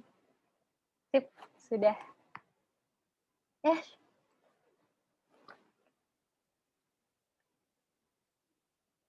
Terima kasih juga. Ninur Baik. langsung, silakan. Apa di teman-teman yang ingin bertanya? Ada Nur tadi Saudari Nur Sahdia ya. Kepada Nur Sahdia, Saudari Nur Sahdia dipersilakan. Baik, Assalamualaikum warahmatullahi wabarakatuh. Waalaikumsalam warahmatullahi wabarakatuh. Perkenalkan nama saya Nur Sahdia Siregar dari Universitas Islam Negeri Sumatera Utara. Di sini saya ingin bertanya kepada Teh Vika. Akhir ini kan kita sering lihat konten-konten kreator yang muslimah itu, baik di TikTok maupun di Instagram gitu. Dan saya juga banyak mengikuti konten-konten mereka gitu Teh. Dan termotivasi gitu untuk bisa seperti mereka gitu Teh. Tapi balik lagi 2 hari yang lalu saya dengar ceramah dari Ustazah Halimah Al-Aidrus gitu ya Teh. Jadi Ustazah itu bilang bahwasanya perempuan itu boleh berdakwah tapi nggak usah menonjolkan dirinya gitu Teh. Jadi kayak di belakang layar gitu. Semisal kita buat kalimat dan kita bersuara aja tapi wajah kita tuh nggak ada di situ Teh gitu. Sementara kan kalau yang bisa kita gimana ya Teh? Dakwah seperti itu kan ada sebagian orang yang bisa menerimanya, ada yang sebagian lagi mungkin nggak tertarik, biasa-biasa aja gitu kan. Jadi menurut Teteh itu gimana kalau kami atau kita yang perempuan ini untuk mau berdakwah di media sosial, tapi tetap menjaga marwah kita sebagai seorang wanita gitu Teh. Terima kasih Teh. Sekian. Assalamualaikum warahmatullahi wabarakatuh. Waalaikumsalam warahmatullahi wabarakatuh. Terima kasih banyak Nur. Oke. Nah, teman-teman, kalau misalkan urusan dakwah akan diri kita atau enggak gitu, ya kan? Karena kembali lagi sebenarnya isi dari dakwah itu bukan tentang kita gitu. Kita kan nggak lagi cerita tentang Nur itu siapa, Vika itu siapa gitu. Kita nggak lagi cerita tentang diri kita. Maka sudah menjadi natural aja. Sebenarnya itu tuh bukan hanya aturan tapi memang secara natural memang kita bukan cerita tentang diri kita sendiri kayak gitu. Kita hanyalah perantara ilmu. Kita hanyalah perantara pengetahuan gitu tentang hal-hal yang memang bisa kita pahami dan maknai dari Islam itu sendiri kayak gitu. Nah, memang ada banyak kayak dalam hal mungkin kalau misalkan ketika kita menunjukkan di depan umum lebih misalkan kayak aku jadi pembicara di sini kan gak enak kalau misalkan nggak on cam ya gitu. Nah, ini kan sebenarnya kayak lagi ngobrol sama orang seperti biasa aja gitu. Tapi asalkan ketika kita menampilkan diri kita, ya sesuai dengan bagaimana Islam tuh menyuruh kita berpenampilan gitu misalkan. Ya tidak mungkin aku menjadi pemateri di sini, tapi aku nggak pakai kerudung segala macam gitu kan jadi kayak tidak gitu kan. Jadi semua kuncinya itu aja gitu. Ketika kita tampil di depan umum ya berpakaianlah dan berpenampilanlah sesuai dengan memang aturan Islamnya seperti apa kayak gitu. Nah tapi kalau misalkan di postingan kita kan kadang-kadang kalau misalkan ini yang aku ingat tuh dari postingan beasiswa gitu yang atau postingan orang yang kadang-kadang suka masukin foto orang gitu kan, entah foto orangnya kayak gini atau kayak ya entah gitu. Nah itu tuh nggak usah sih sebenarnya. Kayak itu tuh cuma salah satu elemen ini kalau bisa ngomongin dari segi desain ya itu cuma salah satu elemen aja tapi toh kita nggak perlu menggunakan itu juga nggak apa-apa gitu. Kita bisa menggunakan gambar lainnya, kita bisa menggunakan aset lainnya kayak yang bukan manusia atau segala macam gitu. Jadi ini lebih terkait ya pilihan kita menampilkannya apa dan bukan itu yang penting, bukan karena emang kitanya nggak penting untuk kita tampilkan ya nggak sih, kecuali memang untuk yang kayak gini ketika kita jadi pembicara atau ketika kita harus menjelaskan sesuatu kemudian sesuatu itu dalam format video gitu ya nggak apa-apa gitu, asalkan penampilannya kita tetap jaga aja. Karena kembali lagi ya urusan kalau misalkan ada berani-beraninya ada orang yang timbul nafsunya atau apapun ketika kita sudah berpenampilan sesuai dengan syariat gitu, itu masalah hatinya dia yang bermasalah kayak gitu. Jangan karena ya marwah kita sebagai perempuan dan sebagai manusia harusnya tidak tidak jatuh gitu hanya karena ada orang yang karena penyakit hatinya sendiri nafsu itu tuh muncul ada di dia gitu. ya sudah guys, teman-teman, mari kita menjaga pandangan juga gitu kan. Gitu Nur, terima kasih ya. Semangat, semangat, semangat, semangat.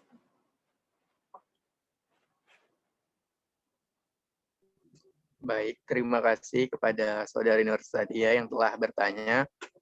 Luar biasa pertanyaannya. Untuk pertanyaan selanjutnya dari kepada Saudara Fajar Maulana Nasution, dipersilakan untuk menyampaikan pertanyaannya. Baik, terima kasih atas kesempatannya MC ya. Jadi mohon maaf sebelumnya ya teman-teman, saya tidak bisa on cam karena laptop yang saya pergunakan tidak bisa untuk on cam gitu kan. Ya, nggak apa-apa. Jadi perkenalkan Kak, nama saya Fajar Maulana Nasution dari Medan. Jadi mungkin sebutan-sebutan teteh itu masih kurang apa ya, masih kurang familiar lah istilahnya. Ya, betul. Kakak-kakak gitu kan.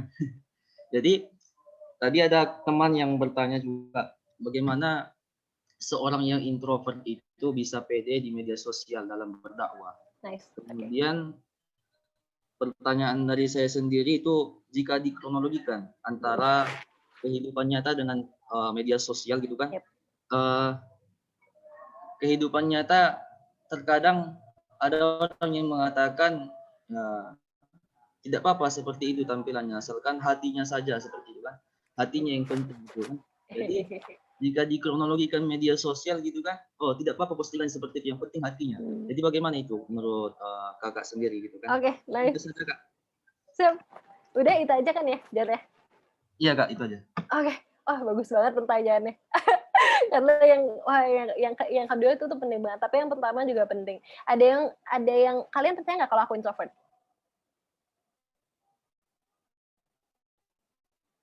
Apa tidak percaya? Nah, ini balik lagi ke permasalahan mencari ilmu ya. Yang namanya introvert itu apa sih? Introvert itu apa guys? Gitu. Mungkin yang dimaksud adalah pemalu ya. Karena introvert itu sebenarnya secara definisi adalah orang yang dalam mencari energi gitu, dalam mengumpulkan energi itu dia butuh sendirian kayak gitu. Sementara kalau orang ekstrovert, meskipun pendiam, meskipun pemalu, tapi ada loh orang ekstrovert yang lebih pendiam dari orang introvert gitu. Tapi cara untuk mereka mengumpulkan energi adalah dengan ngobrol sama orang, dengan ketemu sama orang. Itu tuh mereka dapat energi dari orang-orang di sana, kayak gitu. Sementara introvert, mereka lebih butuh sendirian untuk recharge, gitu. Ibarat HP ya, mereka butuh ngecas. Ngecasnya dengan sendiri, kayak gitu. Kalau misalkan extrovert, ngecasnya bareng sama orang-orang, aktivitas sama orang-orang, kayak gitu. Nah, jadi kalau misalkan dibilang, gimana caranya introvert tuh bisa buat pede ngomongin di medsos, bisa-bisa aja. Bisa kok gitu, karena lebih ke ada berbagai, misalkan kalau misalnya di psikologi itu ada tentang self concept, self efficacy sama self esteem gitu. Ini secara singkatnya, ketika kita punya self concept atau konsep diri gitu, ketika kita bilang gue introvert, gue nggak bisa kayaknya gue ngomong di depan orang, itu salah gitu. Sehingga cara kita membentuk konsep diri mengenai diri kita itu tuh harus diperbaiki dulu kayak gitu. Aku tuh siapa sih? Hanya karena aku introvert bisa nggak ya aku ngomong di depan banyak orang? Bisa kok. Dan banyak orang introvert yang bahkan bisa punya kemampuan public speaking kayak gitu. Kemudian ada tentang permasalahan self esteem. Self esteem tuh permasalahan kepercayaan diri, kepedean diri kita gitu. Jadi kadang-kadang kita punya sebenarnya, kita bisa punya kemampuan untuk public speaking, tapi kita malu. Tapi kita nggak percaya diri kayak gitu. Nah itu tuh yang harus dibangun juga, caranya dengan latihan-latihan aja gitu. Karena mungkin yang bisa membedakan orang introvert sama orang extrovert, meskipun aku agak sulit ya untuk melihat bedanya di mana gitu. Mungkin orang-orang introvert lebih punya fokus untuk ngomong ke orang-orang tertentu kayak gitu. Ya itu tuh juga nggak apa-apa gitu. Kalau misalkan memang kita lebih bisa berdakwah misalkan lewat DM dibanding lewat story yang publik gitu. Atau mungkin kita bisa lebih berdakwah lewat story close friend dibanding story publik gitu. Ini kalau misalnya di Instagram ya itu nggak apa-apa gitu. Emang pelan-pelan aja, pelan-pelan kayak gitu. Tergantung tujuan kita mau ngepost tentang apa, target kita siapa, segala macam. Nah itu tuh bisa balik ke diri kita aja. Kemudian terakhir adalah self efficacy. Apakah kita percaya bahwa kita bisa menyelesaikan suatu pekerjaan dengan baik? apakah kita percaya bahwa kita bisa berdakwah dan kita bisa public speaking dengan baik di media sosial kayak gitu. Nah, itu tuh kita harus punya kepercayaan diri ini dulu gitu. Nah, salah satu caranya untuk mendapatkan self efficacy ini adalah dengan melihat orang yang sama dengan kita gitu. Jadi ketika teman-temannya Fajar introvert, kemudian dia butuh melihat ada orang introvert lain yang bisa bicara gitu di medsos ataupun bisa bicara di depan umum, aku contohnya gitu. Jadi jangan malu-malu, ya bukan jangan malu-malu, jangan main blocking gitu. Jangan main blocking hanya karena kita introvert jadi kita nggak bisa gitu. Enggak, bisa guys, bisa gitu. Kemudian yang kedua adalah yang penting ini ya, kayak misalkan penampilannya seperti apa tidak penting, yang penting hatinya. Nah, itu tuh kalau misalkan di Islam nggak kayak gitu. Nggak bisa kayak gitu. Nggak kayak gitu ajarannya gitu. Kita disuruh sama Allah untuk menutup ini ya, mengulurkan kerudung, menutupi dada gitu. Itu Allah nggak bilang tutupilah dulu hatimu baru tutupi auratmu gitu. Nggak ada perintah kayak gitu tuh, nggak ada gitu. Tapi memang orang-orang sekarang tuh suka membuat logika-logika yang aneh gitu. Karena bahkan ya dia bahkan tidak bisa menjamin bahwa hatinya sendiri pun sudah bersih, betul-betul bersih gitu. Karena bisa kan ada orang yang oke lah mungkin secara ini dia biasanya hashtagnya tuh make peace not war gitu, love is everything, kayak everything is love segala macam gitu. Tapi yakin gitu orang-orang seperti itu yakin dia tidak terbebas dari segala rasa benci gitu. Karena ketika kamu sangat mencintai sesuatu, biasanya kamu juga punya keseimbangan, yaitu kamu membenci sesuatu kayak gitu. Kalau misalkan kamu sangat suka sama sesuatu, biasanya kamu sangat tidak suka dengan hal lain ya kayak gitu. Jadi kalau misalkan dibilang hipokrit, mungkin rada hipokrit gitu dalam hal ya, siapa yang bisa menjamin bahwa hati kamu tuh baik gitu. Sementara Allah tuh nggak bilang seperti itu kayak gitu. Memang yang namanya hati tuh harus kita usahakan untuk kita bersihkan kayak gitu. Itu fungsinya tazkiyatun nafs. Itu fungsinya kita untuk berusaha dalam mengontrol nafsu kita, mengontrol keinginan kita, kehendak kita, segala macam. Tapi menjaga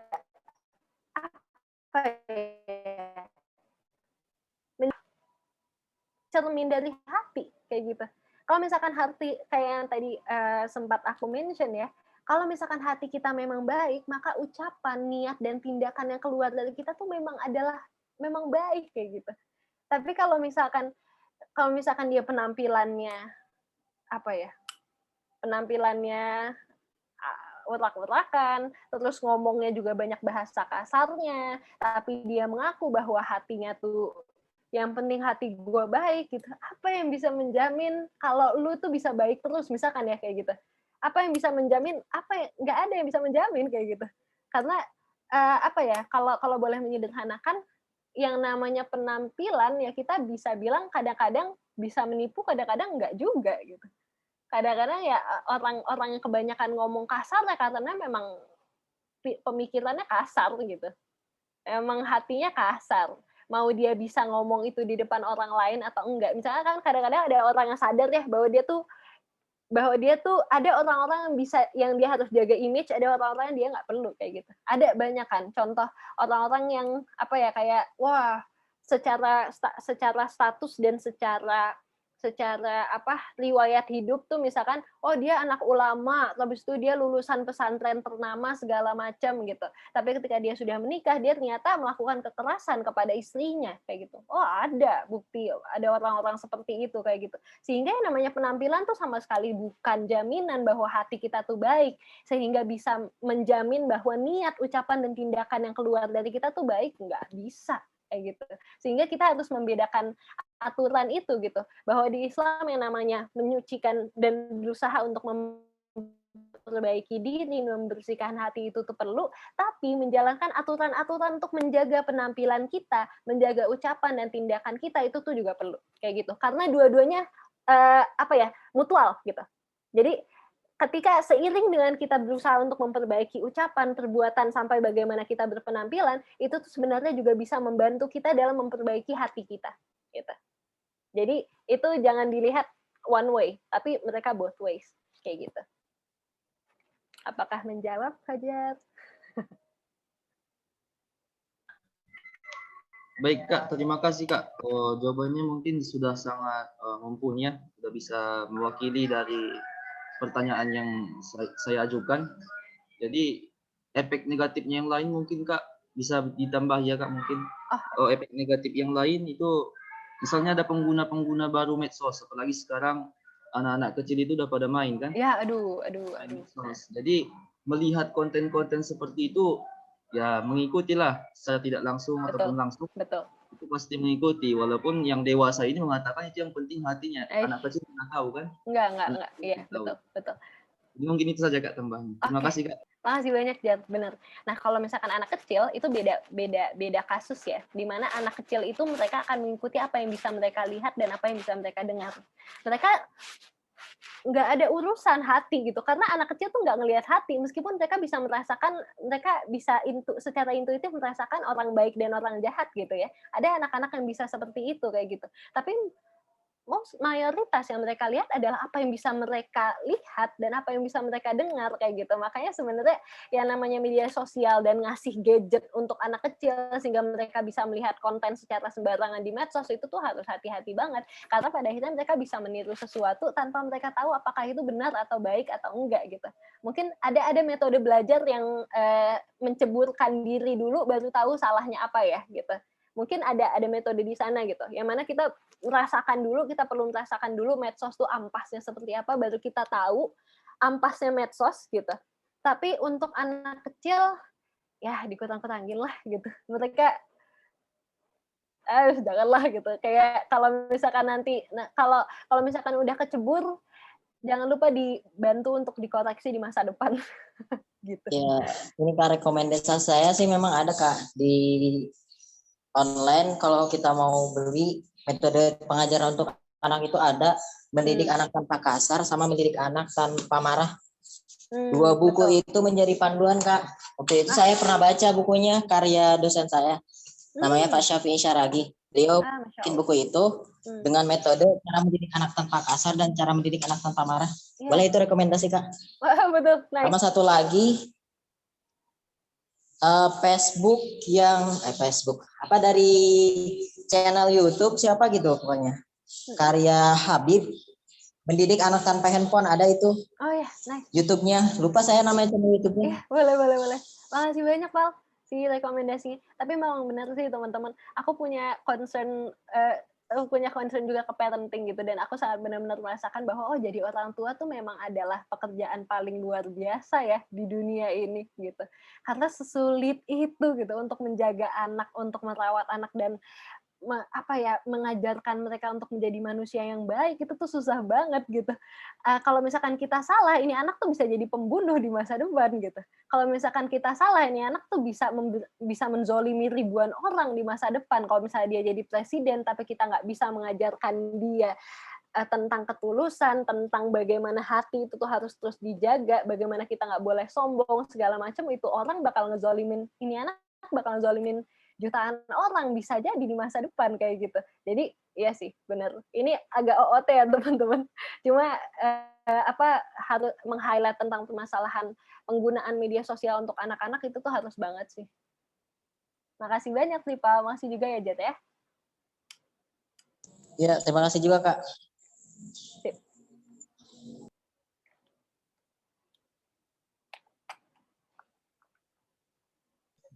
Masya Allah, begitu semangat ya kajian rutin kita pada hari ini. Teman-teman juga rasa ingin tahunya juga luar biasa terhadap materi media sosial seperti ini yang disampaikan oleh Kak Vika Adelia. Nah teman-teman, karena waktu kita terbatas, jadi pertanyaan dibatasi cuma 3. Nah apabila teman-teman ada yang ingin bertanya, atau ada yang perlu dipertanyakan lagi, bisa menyampaikan pertanyaannya melalui grup WA, dan nanti panitia akan melanjutkan ke Kak Vika Adelia untuk dijawab. Nah teman-teman, sampai di sini untuk acara selanjutnya yaitu closing statement. Kepada Kak Vika Adelia dipersilakan untuk memberikan closing statement-nya dalam materi kita pada hari ini. Kepada Kak Vika Adelia dipersilakan. Ya udah. Makasih banyak Sahrul buat teman-teman. Ini untuk memperingatkan diri sendiri sebenarnya. Sama-sama ya gitu. Jadi ada beberapa poin yang sebenarnya ingin benar-benar aku highlight. Yang pertama-tama adalah usahakan ketika kita menghadapi hal-hal di dunia ini, Allah tuh jadi top of mind kita gitu. Karena ini akan menjadi filter yang sangat membantu kita dalam menghadapi segala hal yang ada di dunia ini kayak gitu. Nah, jadi kayak kita bahkan sesimpel apakah kita mau ngepost sesuatu atau enggak, kita bisa berpikir Allah akan seneng nggak ya kalau misalkan aku ngepost ini. Bagaimana ya nanti kalau bagaimana cara aku mempertanggungjawabkan postingan ini nanti kalau misalkan ditanya gitu. Itu misalkan itu pertama.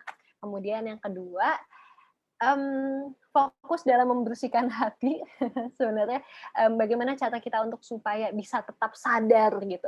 Apa yang kita lihat adalah sesuatu yang enggak baik, yang kita lihat adalah sesuatu yang salah, yang kita lihat adalah sesuatu yang keliru, yang kita lihat adalah sesuatu yang sebenarnya itu tuh enggak kayak gitu. Kita adalah caranya dengan yang menjaga hati gitu.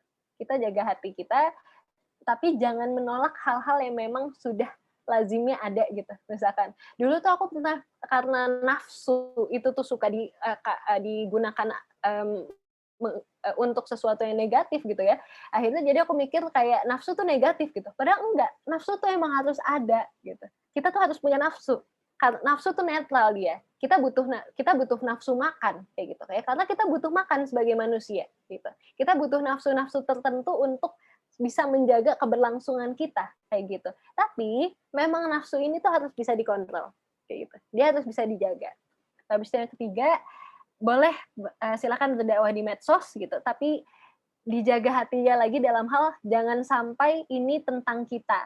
Jangan sampai ini hanya tentang aku dan kita akhirnya jadi lupa bahwa ini tuh tentang Islam dan itu tentang Allah kayak gitu. Dan kita perantara aja, perantara kebaikan dan ke ininya.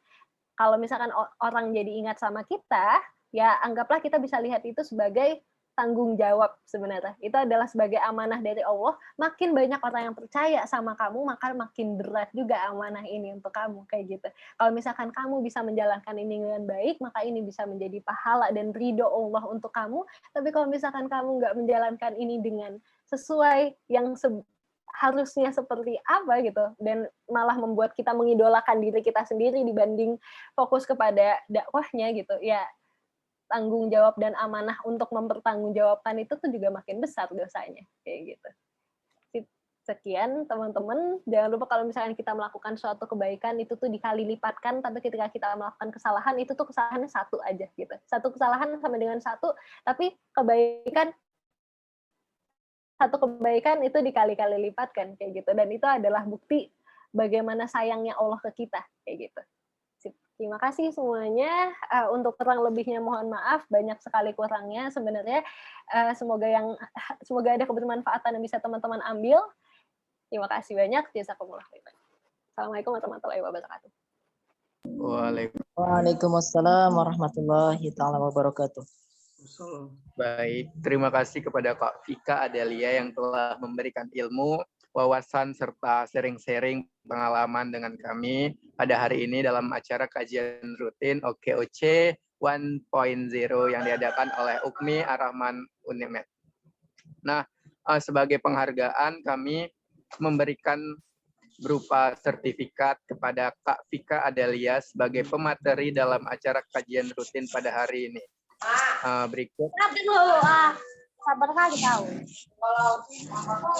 Berikut sertifikat yang kami lampirkan untuk Kak Vika Adelia. Semoga dapat dipergunakan dengan semesti dan sebaik-baiknya. Terima kasih Kak Vika Adelia. Ya, terima kasih Kak Vika. Selamat ya Kak. Terima kasih juga.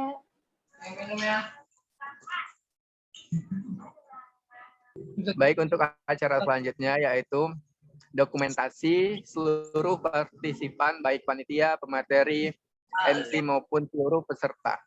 Kepada seluruh peserta diharapkan menghidupkan kameranya atau on cam, karena akan ada sesi dokumentasi pengambilan berupa screenshot. Iya, muka aku jelek.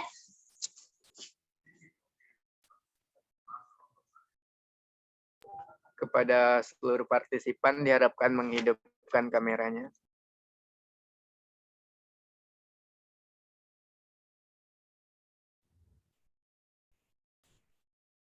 Oke, kita gaya pertama ya. Formal dulu. Senyum yang manis. 1, 2, 3. Oke, tahan.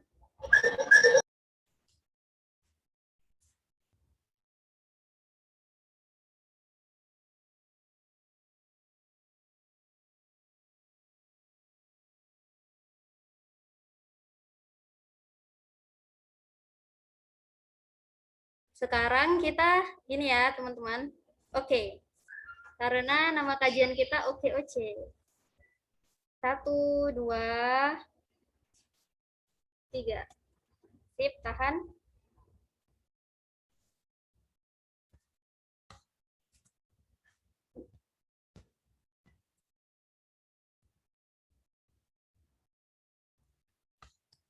Sekali lagi ya, kita gayanya gini. Ini kece, gaya kece.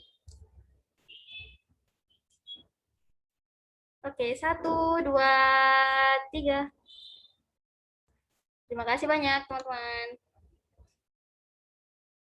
Baik, terima kasih kepada seluruh partisipan yang telah ikut dalam acara kajian rutin pada hari ini. Oh ya, saya ingin mengingatkan kembali mengenai challenge dari Kak Vika Adelia tadi mengenai untuk penguploadannya melalui IG Story. Nanti jangan lupa tag IG Kak Vika Adelia dan Ukmi Arahmatunimet. Dan ajak juga 3 teman kalian. Nah, untuk satu challenge, untuk satu yang terbaik, satu peserta terbaik yang ikut challenge ini akan mendapatkan hadiah dari panitia. Jangan lupa ya teman-teman. Nah, sekian pada acara kita hari ini. Saya apabila ada salah kata maupun tingkah laku saya yang kurang berkenan, mohon dimaafkan. Kepada Allah saya mohon ampun. Sebelum acara ini kita tutup, izinkan saya membacakan pantun. Boleh nggak nih baca pantun? Monggo. Boleh banget, boleh banget. Mangga Tipayun. Oce. Pantun yang pertama nih ada 2. Yang pertama, kepaja. Nanti bilang cakep ya. Kepaja aksara membeli durian. Cakep. Durian yang dibeli penuh duri. Asik. Apabila ada salah kata, mohon dimaafkan. Semoga kita dapat bersilaturahmi di kemudian hari. Amin. Ada satu lagi nih.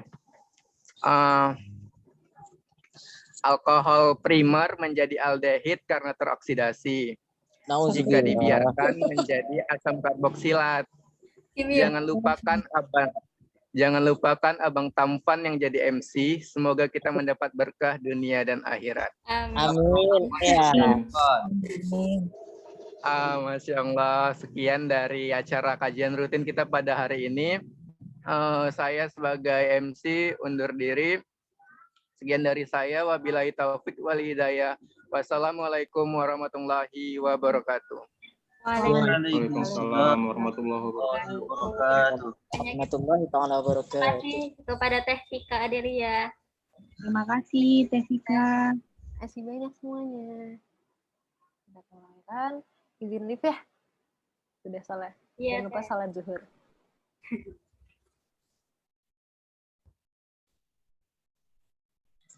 Dadah. Terima kasih semuanya.